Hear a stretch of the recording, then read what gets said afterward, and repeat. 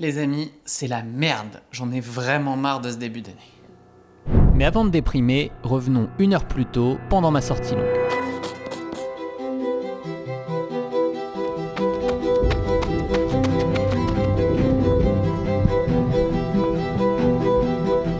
Progresser, c'est avant tout savoir s'adapter et rebondir en cas d'échec. Le plus gros défi, c'est de réagir vite et bien, sans faire d'erreur quand on a une course objectif qui arrive. Et c'est le but de cet épisode, retrouver le bon état d'esprit pour courir ce semi de Barcelone. Waouh, super sortie longue aujourd'hui. 20,3 km en 1h30. Donc ça fait un bon rythme. Les sensations sont revenues. Le cardio est à 135 BPM.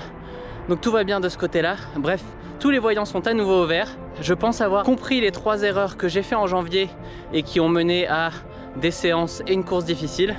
Je vais vous expliquer tout ça dans la vidéo d'aujourd'hui et je vais vous montrer la séance test pour le semi-marathon parce que ce semi de Barcelone qui arrive dans un peu plus de 3 semaines maintenant, je suis confiant, j'ai hâte d'y aller parce que je pense que ça va être une belle course. Allez, c'est parti. Mon plan pour bien courir ce semi, on va y revenir. Mais faudrait-il encore que je puisse le courir car voilà ce qui s'est passé en rentrant de cette sortie.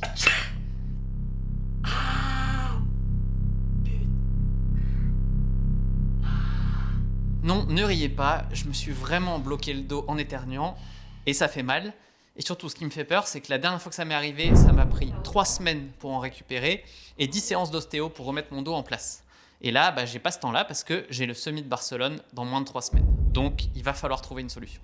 Le but du jeu, quand c'était juste un lumbago, c'est que votre dos est fort, votre dos est solide. Il est possible parfois, momentanément, qu'il devienne extrêmement douloureux, mais les choses récupèrent très très bien. Le mieux, encore une fois, c'est de bouger. Ayez confiance en vous, n'hésitez pas évidemment à consulter, et je ferai bientôt une vidéo pour vous expliquer d'où ça sort tout ça. Allez. Ok, on va bouger. On va essayer.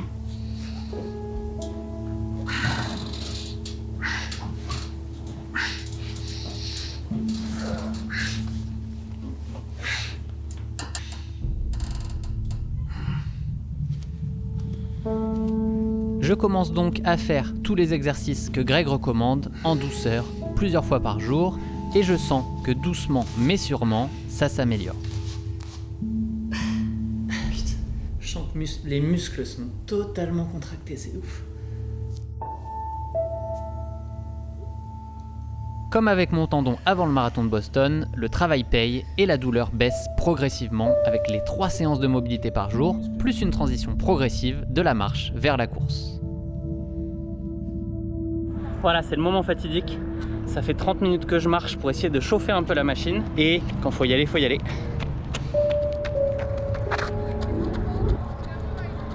Ok, j'en suis à 6 fois 1 minute, récup 30 secondes. Ça avance pas très vite, mais ça court.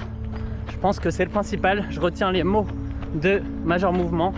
Mon dos est solide, faut le lui montrer. Et j'espère que je vais pouvoir courir de plus en plus les prochains jours. On va s'arrêter là pour aujourd'hui.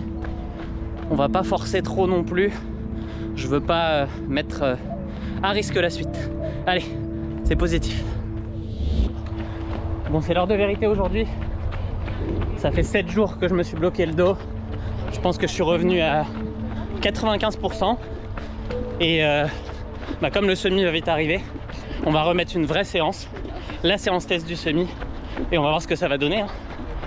Il n'y a pas le choix pour savoir si je vais pouvoir courir ce semi correctement ou pas. J'arrive au stade, je vais faire ma petite séance test 3 x 3000 et on va voir ce que ça donne.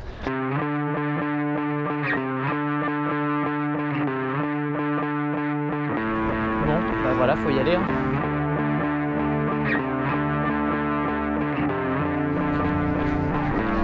Allez, c'est parti. C'est parti pour 9 km, soit 22,5 tours de piste au total à courir, avec des passages aux 400 mètres en 1,24 si je veux tenir les 3,30 au kilomètre de moyenne. Le campus me parlait de 3,28 au kilomètre, mais avec toutes les péripéties de cette fin de prépa, c'est trop ambitieux et je ne veux pas refaire l'erreur de janvier, c'est maintenant qu'il faut donc réduire l'objectif. Je pars sur 3,30, ce qui donnerait tout de même un sub 1h14. Faut-il encore aller au bout de cette séance qui va être bien longue, en solitaire, à enchaîner les tours de piste. Objectif, le relâchement, faire oublier au corps la crispation qu'il a eue avec ce blocage au dos. Je manque de relâchement du haut du corps en général, donc ça ne fait pas de mal de se concentrer là-dessus. Sur les séances d'allure spécifiques, c'est même le meilleur moment pour travailler cet aspect primordial dans l'économie de course et donc la performance.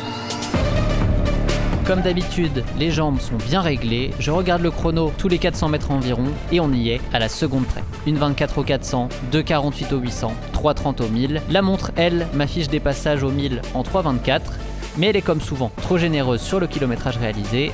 Sur la piste, on se fie aux lignes et surtout pas au GPS. Par contre, je sens que le cardio commence à grimper, il fait 15 degrés et le soleil tape, il ne faudra pas trop s'attarder sur l'analyse cardiaque aujourd'hui.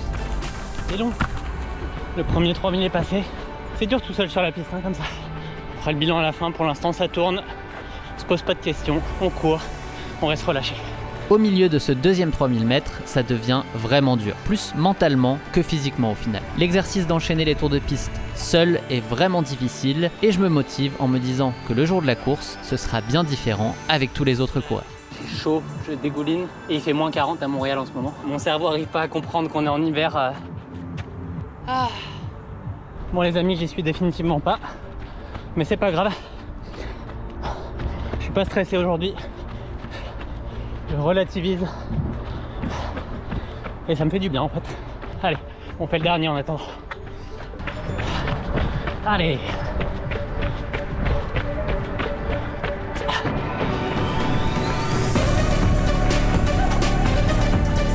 Au milieu de ce dernier 3000 mètres, ça commence aussi à se durcir physiquement, les jambes sont de plus en plus lourdes. Logique, c'est une séance test avec des récup de 1 minute 30 seulement, c'est fait pour ça. C'est le moment classique où mon cerveau me glisse l'idée d'abandonner. Le travail est fait, ça tient, on le sait, alors pourquoi se faire mal au final ? Démarre alors cette petite lutte, comme dans les dessins animés, entre l'ange sur une épaule et le démon sur l'autre.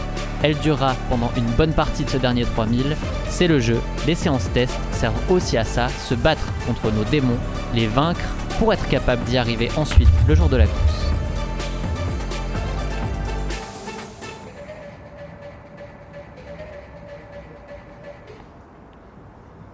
Ah, il fait chaud là quand tu cours comme ça. Mais ça fait du bien de courir sans douleur. Hein. J'ai pas eu mal au dos. Et ça c'est le principal. Attention, il y a quelqu'un qui arrive. Venga, venga. Au final, ce semi, si on le prenait juste en mode je vais seulement aller battre mon record, même s'il date d'il y a longtemps, même si je sais qu'en théorie je vaux mieux, je vais aller juste battre mon record.